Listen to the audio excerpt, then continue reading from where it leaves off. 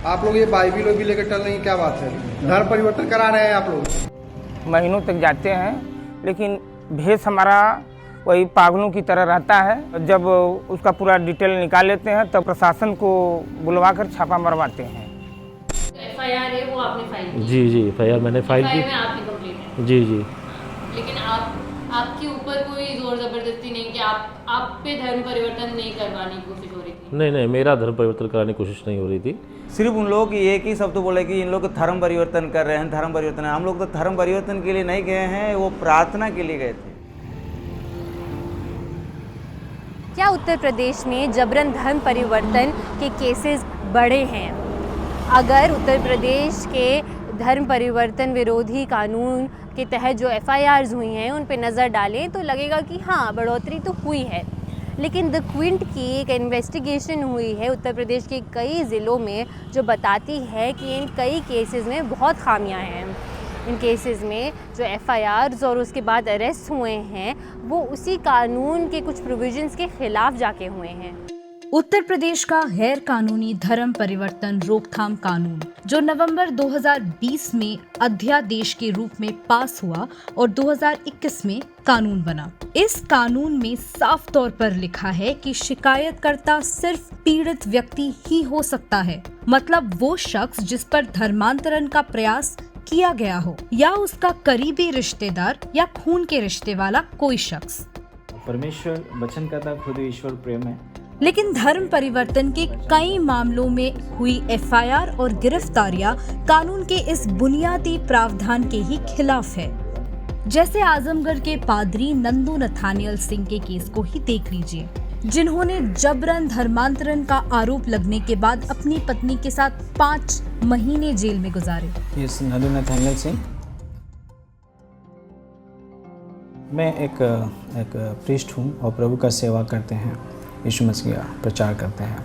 मैं यहाँ पे लगभग 15 सालों से मैं आजमगढ़ में हूँ और मैं अपना जीवन प्रभु की सेवा के लिए मैंने समर्पित किया।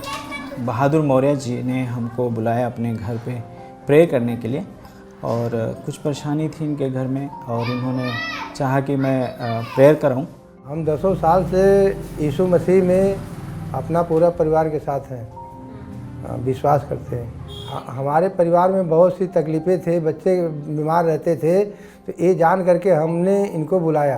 3 अक्टूबर 2021 को इनके घर में प्रेयर चल रही थी। यहाँ से कम 15 लोग होंगे नियर अबाउट, और इनके कमरे में, छोटे से कमरे में प्रेयर हो रही थी, भजन आराधना हो रही थी। तभी तो एक व्यक्ति आकर के, और वो हाफ चड्डे पहने हुए थे, मास्क लगाए हुए, यहाँ पे बैठ गए। और जब उन्होंने मोबाइल पे वीडियो ऑन किया तो मैंने देख लिया, तो मैं सोचा शायद ये व्यक्ति को गाने प्रभु के अच्छे लग रहे हैं, इसलिए शायद इन्होंने रिकॉर्डिंग कर रहा है। लेकिन मैं देखा हाफ चड्डे में बैठे हुए, तो हमने सोचा कि शायद ये हाफ चड्डे में एक व्यक्ति बैठा हुआ है, ऐसे तो कोई प्रेयर में बैठता है तो अच्छे से ढंग से कपड़े पहनते हैं और बड़े इज्जत से बैठते हैं। और उसके बाद जा कर के पुलिस को फ़ोन किया, या क्या किया उन्होंने, जा कर के जो भी, और 10 मिनट के बाद हम देखते हैं कि पुलिस आ गई। वहाँ से थाने से पुलिस लोग आए, HSO आए 3 स्टार वाले, और आकर के उन्होंने एक जन की बाइबल ले लिया, एक जन की डायरी छीन लिया हमारे लोगों की। और बाहर इतना भीड़ लगी थी 50 लोगों का। सुधीर गुप्ता जो कह रहे थे वो लोग कर रहे थे। मैं सुधीर कुमार गुप्ता, नगर अध्यक्ष भाजपा किसान मोर्चा आजमगढ़। सुधीर गुप्ता एक स्थानीय बीजेपी नेता है जो बहादुर मौर्य के घर से महज 100 मीटर दूर ही रहते हैं। दिलचस्प है कि जिस जगह पर वो जबरन धर्मांतरण का आरोप लगा रहे हैं वो वहां मौजूद भी नहीं थे। अक्सर मैं उधर जाता था, देखता था कि मुझे लगता था कोई पूजा पाठ चल रही है, काफ़ी शूज़ और चप्पल बाहर रहते थे, तो मैंने इतना ध्यान नहीं दिया। फिर मुझे जहाँ तक अंदेशा लगा कि हर संडे लगभग जो है ऐसा होने लगा, तो मैंने कहा भाई किसके घर में ऐसा जो है हर संडे ऐसी पूजा पाठ हो रही है। तो फिर हमने दरअसल हम लोग बजरंग दल से भी, बजरंग दल जो चलता है उससे भी बिलोंग करते हैं, तो मैंने वहाँ एक लड़का है तो उससे मैंने संपर्क किया और उससे मैंने कहा कि ऐसा है कि तुम ऐसे वहाँ जाओ, क्या हो रहा है नॉर्मल, क्योंकि हम तो मोहल्ले के, हम जाएंगे तो दिक्कत होगी, लोग कहेंगे क्यों आप क्यों आए बिना बुलाए। फाइल की में आपने कंप्लेंट? जी। एफआईआर में कहीं नहीं लिखा है कि पादरी नथानियल ने सुधीर गुप्ता का जबरन धर्मांतरण कराने की कोशिश की थी। लेकिन आपके ऊपर कोई जोर जबरदस्ती नहीं कि आप पे धर्म परिवर्तन नहीं करवाने की कोशिश हो रही थी? नहीं, मेरा धर्म परिवर्तन कराने की कोशिश नहीं हो रही थी। बस ये था कि बगल में हो रहा था और मुझे जानकारी हुई, और हम लोग इसके सख्त विरोधी हैं कि जो है हिंदू धर्म का परिवर्तन किसी भी धर्म में कराया जाए, चाहे मुस्लिम धर्म हो चाहे ईसाई धर्म हो। इसको साबित करें, वे करें धर्म परिवर्तन, तो किसका धर्म परिवर्तन हम लोग किए हैं उसको ले आके बुला के साबित करवा दें, हम लोग मान लेंगे। और आपका भी, आप अपनी बात करिए। हाँ। आप पे कोई जोर जबरदस्ती हुई है धर्म परिवर्तन में? नहीं, कोई नहीं। मेरा नाम श्याम सुंदर सोनकर है। मैं और मेरा पूरा परिवार, बच्चे सहित सब लोग विश्वासी हैं, और 1 साल से हम लोग मौर्या जी के यहाँ जा रहे थे। साल भर से जाते थे, कोई जोर जबरदस्ती का बात नहीं था, जोर जबरदस्ती कोई धर्म परिवर्तन वाली बात नहीं थी। सब अपनी मर्जी से जाते थे। सब ऑलरेडी विश्वासी थे। यस। तो ये जो एक्ट है, एंटी कन्वर्जन एक्ट, वो कहता है कि फोर्सफुल धर्म परिवर्तन गलत है। लेकिन आपको लगता है कि फोर्स हो या ना हो इन्वॉल्व, माने कि जोर जबरदस्ती हो ना हो, वो तब भी गलत है धर्म परिवर्तन किसी भी टाइप का? जी बिल्कुल, धर्म परिवर्तन बिल्कुल गलत है, क्योंकि चाहे फोर्स हो ना हो। जी बिल्कुल, फोर्स हो चाहे मत हो, जो जिस धर्म में है वो उस धर्म में रहना चाहिए। मैं ये भी नहीं कह रहा हूँ कि कभी आपने सुना है क्या कि हिंदू धर्म के लोगों ने मुस्लिम धर्म को या ईसाई लोगों को धर्म परिवर्तन करा के हिंदू धर्म में कन्वर्ट करा लिया? ऐसा तो कुछ नहीं हुआ। जो लोग गए हैं, पहले से कन्वर्टेड हुए हैं, वही वापस आए हैं। अभी आपने हाल में देखा होगा बागेश्वर धाम बालाजी ने करवाया है, तो जो लोग वापस पहले के जा चुके हिंदू धर्म में थे और वो ईसाई धर्म अपना लिए या मुस्लिम धर्म अपना लिए, वही वापस आए हैं। गौरतलब है कि उत्तर प्रदेश का कानून जबरन या धोखे से धर्म परिवर्तन को गलत बताता है, लेकिन वही भारत के संविधान का आर्टिकल 25 नागरिकों को धर्म को अपनाने, मानने और दूसरों तक फैलाने की आजादी देता है। आजमगढ़ के करीब ही वाराणसी में पादरी नील दुरई को गिरफ्तार किया गया था, जब उनकी प्रार्थना में एक शख्स घुसा और उन पर जबरन धर्मांतरण का आरोप लगा दिया। मेरा नाम पास्टर नील दुरई, मैं इधर यूपी में 8 साल से सेवा कर रहा हूँ।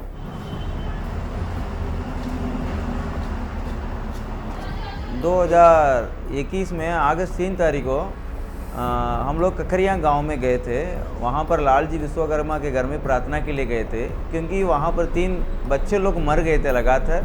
वो शांति के लिए, प्रार्थना के लिए हमको बुलाया था। वहाँ प्रार्थना हम लोग कर रहे थे, कुछ फनेटिक ग्रुप वाले लोग आकर के हमको जो लाठी से सबसे मारने लगा और बोल रहे थे कि तुम लोग धर्म परिवर्तन कर रहे हैं। उसके बाद जो गौरी सिंह ऐसे करके एक व्यक्ति आया था, गौरी सिंह,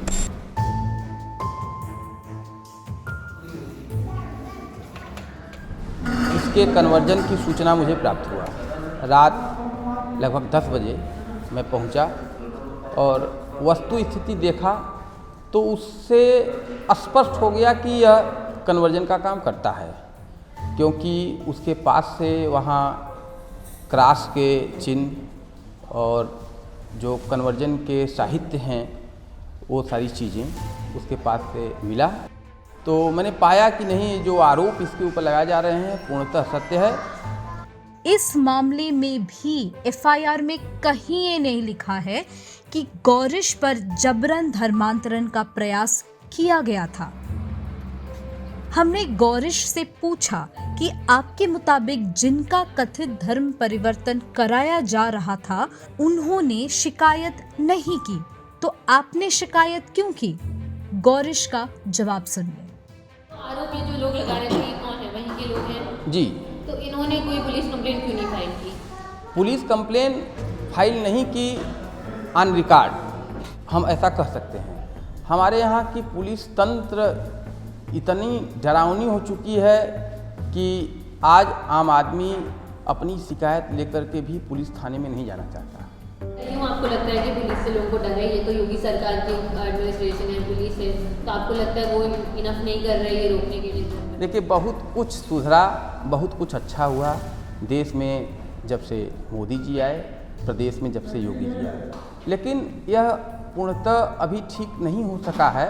यह हमारे व्यवस्था का दुर्भाग्य है।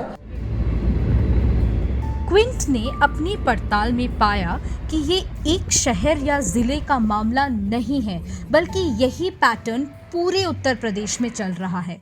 जौनपुर के मामले को देख लीजिए, जहां प्रमोद शर्मा शिकायत करता है जबकि उन पर किसी जबरन धर्म परिवर्तन का प्रयास हुआ ही नहीं था।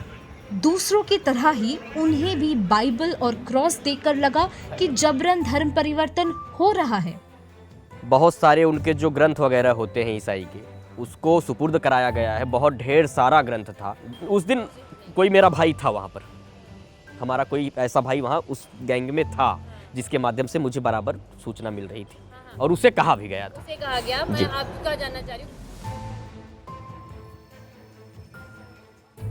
जब मैं गया हूँ, फोर्स गई है मेरे साथ, उसके बाद उसे पता। पहले मैं गया हूँ, टाइम टू टाइम 2 मिनट बाद फोर्स गई है। थानाध्यक्ष बदलापुर पुलिस। आपको लेकिन उस दिन कोशिश नहीं की उन्होंने? नहीं, तो कैसे? वहाँ बहुत सारे लोग हमारे साथ थे, डायरेक्टली नहीं किए। लेकिन इन सब मामलों में पुलिस क्या कर रही है? ऐसा लगता है कि पुलिस ज्यादातर मामलों में इस बात से बेखबर है कि कानून के मुताबिक शिकायतकर्ता सिर्फ पीड़ित व्यक्ति या उसका करीबी रिश्तेदार ही हो सकता है।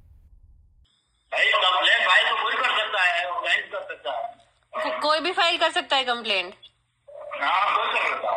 अच्छा, ये जो यूपी एक्ट है धर्म परिवर्तन के खिलाफ, उसमें तो लिखे हैं कि जो जिसके ऊपर हुआ है वही कंप्लेंट फाइल कर सकता है। नहीं, ऐसा कुछ नहीं है। कोई प्रत्यक्षदर्शी होता है या पीड़ित होता है या आदमी कोई भी व्यक्ति कर सकता है। अच्छा, माने पीड़ित और या फिर उसके अलावा भी कोई? उसका जो चक्षुदर्शी हो, उसको लग रहा हो कि गलत हो रहा है, अच्छा, तो कर सकता है। माने कि फैमिली में से कोई? फैमिली क्या मतलब, कोई भी अगर देख रहा है सामने गलत हो रहा है तो वो कैद सूचना दे सकता है। सूचना देने में तो कोई वो नहीं बनता। वकीलों का कहना है कि ऐसे गिरफ्तारियों को गैर कानूनी माना जाना चाहिए। The entire legal process of arrest, if based on a complainant that who is not recognized by that statute, would be lacking the authority of law, and therefore the arrest would be illegal. दूसरे तरीकों में भी police की लापरवाही नजर आती है।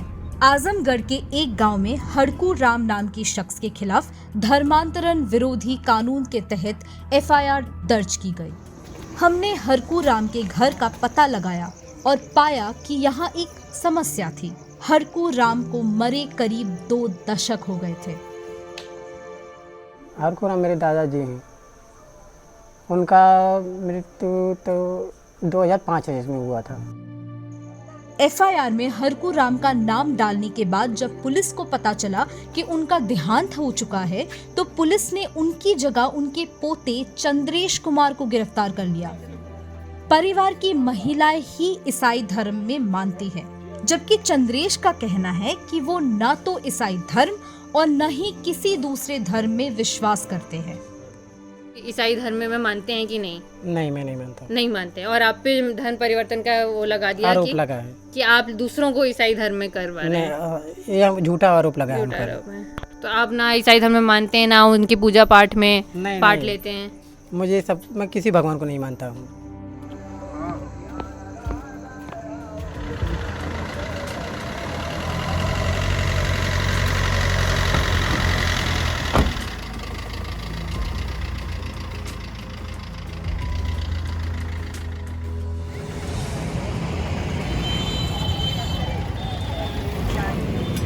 कानून के प्रावधानों का पालन न करने के कारण कुछ सीरियल शिकायतकर्ता भी पैदा हो गए हैं, जो खुद को ईसाई कार्यक्रमों का भांडाफोड़ करने वाला कहते हैं, जैसे ये फ्रूट सेलर जीतू सोनकर। मेरा नाम जीतू सोनकर है और मैं फल की दुकान लगाता हूँ। और जो हिंदू धर्म के खिलाफ लोग कुचक्र रच रहे हैं, उसी के खिलाफ हम उसका भंडाफोड़ करते हैं। कैसे? जैसे कि वहाँ पर जाते हैं तो एक दो दिन, एक हफ्ते, महीनों तक जाते हैं, लेकिन भेष हमारा वही पागलों की तरह रहता है, और जब उसका पूरा डिटेल निकाल लेते हैं तब उनके वहाँ प्रशासन को बुलवा कर छापा मरवाते हैं। उनके माने किसकी बात कर रही हैं? जो ईसाई धर्म को हिंदू धर्म से ईसाई धर्म का नाम से अपनाने को कर रहे हैं सब। हाँ, आपने कितने देख लिए होंगे ऐसे होते हुए? अभी तो का नाम से 5-7 देख चुके हैं, 2 पर छापा मरवा चुके हैं और लोगों पर मरवाने वाले हैं।